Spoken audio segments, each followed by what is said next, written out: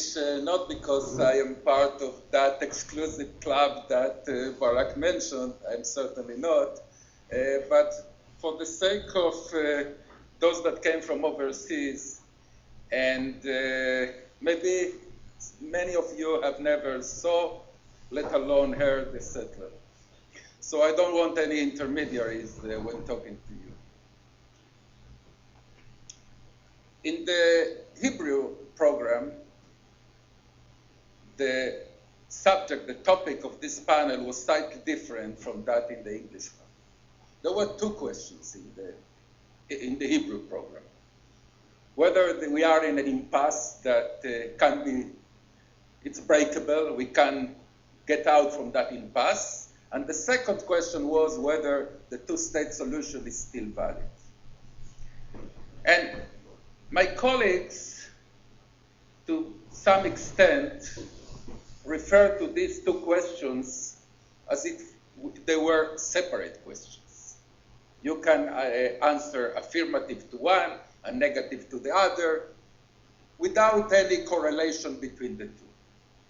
And here is their mistake.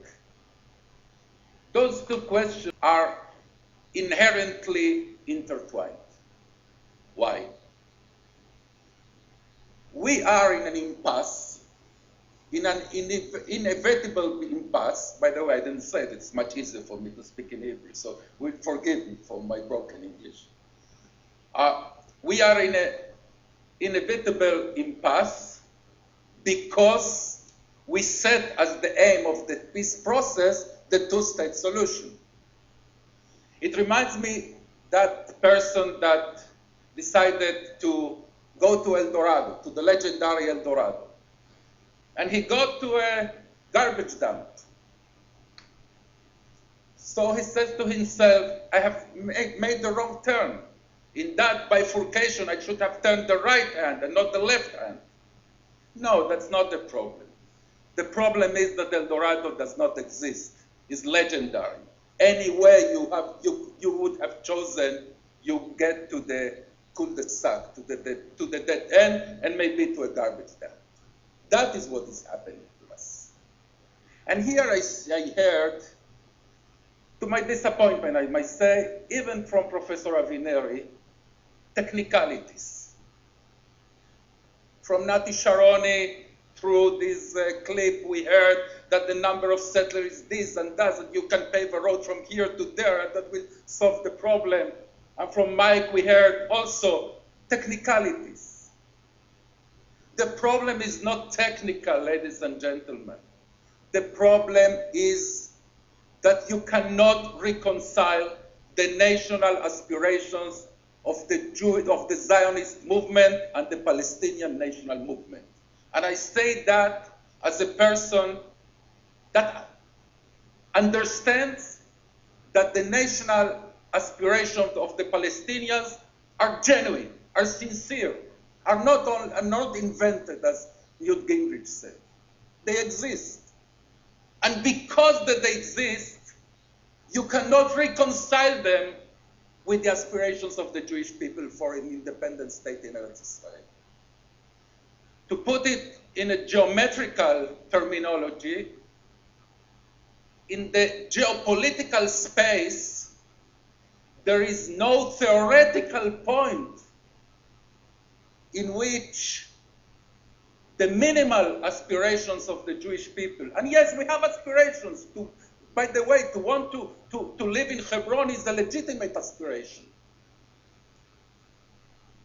And the minimal aspirations of the Palestinian people do not converge. There is no theoretical point. Therefore, every effort you will make in order to get to that point is doomed to fail, is doomed to fail. Therefore, the two-state, now, I have only 2 minutes more. I could try to prove, I think it's one of the easiest theorems to prove what I just said in geometry, that such a point does not exist. But since I have only 1 minute and 53 seconds, I will take only a much easier way to prove it. I was in my studies, I learned that you can prove a theory either analytically or empirically. I will choose the empirical way. And I can prove it in one word, Olmert. In two words, Ehud Olmert. Look, we heard here Tzipi Livni.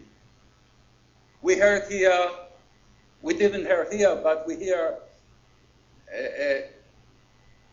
in a lot of occasions Ehud Olmert. They are imbued with the religious fervor to reach a two-state solution. Olmert is messianic in that sense. And if Olmert couldn't get to that evasive point that reconciles both aspirations, no one can.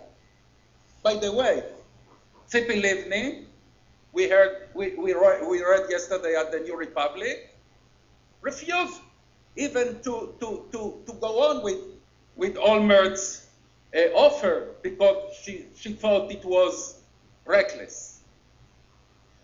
There is one thing that one sentence Prime Minister Olmert said that I agree with. I think it's the only one. He told Abu Mazen, according to the New Republic, that in 50 years there is not going to be a prime minister, an Israeli prime minister, that will make a similar offer. I hope so. I sincerely hope so, because I think that offer was reckless and was irresponsible. But that offer was rejected by Abu Mazen.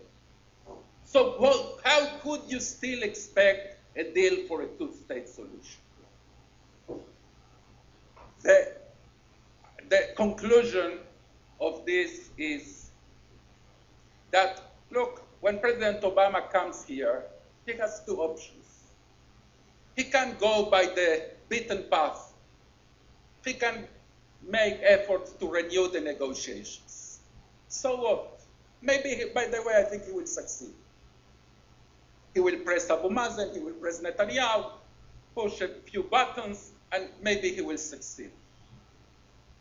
But we will get to a new impasse in 6 months, maybe in 6 weeks.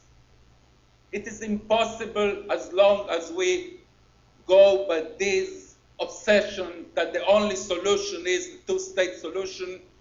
It's impossible to reach a deal. By the way, I expect, a lot of times I'm told, I'm going to finish, a lot of times I'm told, prove that the two-state solution is impossible. I do it. But I think that 20 years after Oslo, the burden of the proof is on the believers and not on me. The burden of the proof is of those that still believe in a thing that evaded us for 20 years of efforts, of 20 years of a relentless pursuit for that solution. Therefore, to sum up, by the way, I also think that to say that one-state solution is the alternative to a two-state solution is no more than a linguistic manipulation. A two-state solution is as impossible as a one-state solution is as impossible as the two-state solution, for the simple reason that no Israeli will agree to that. And therefore, what we have to do, and that is my last sentence, Barak, what we have to do is to pursue a completely different channel, to be less, to try to be more modest, and to understand that what we can pursue now, what we can achieve now, is a new modus vivendi, more or less, yes, maybe to the disappointment of many, more or less along the lines of this current status quo, with security in the hands of Israel, with a Palestinian Authority that rules the lives of 95% of the Palestinians in 95% of the areas of life, excluding external security, without phenomena like that are like Haradar, that are caused by greed and not by occupation, that are caused by lack of interest in the other, exactly like the migrant workers in Tel Aviv and in Kfar Saba and in Jerusalem, and not by occupation. We should launch, and Israel should launch. I am calling the government of Israel to launch a proactive, aggressive offensive of human rights, of dignity to the Palestinians. Yes, we had a blind eye on dignity of the Palestinians. I agree with that. But it's not related to the occupation, it's related to egoism. And we can't do that. That is the maximum we can achieve. Now, I know that you do not get the Nobel Peace Prize for that. But President Obama got one. He doesn't need another one. Thank you.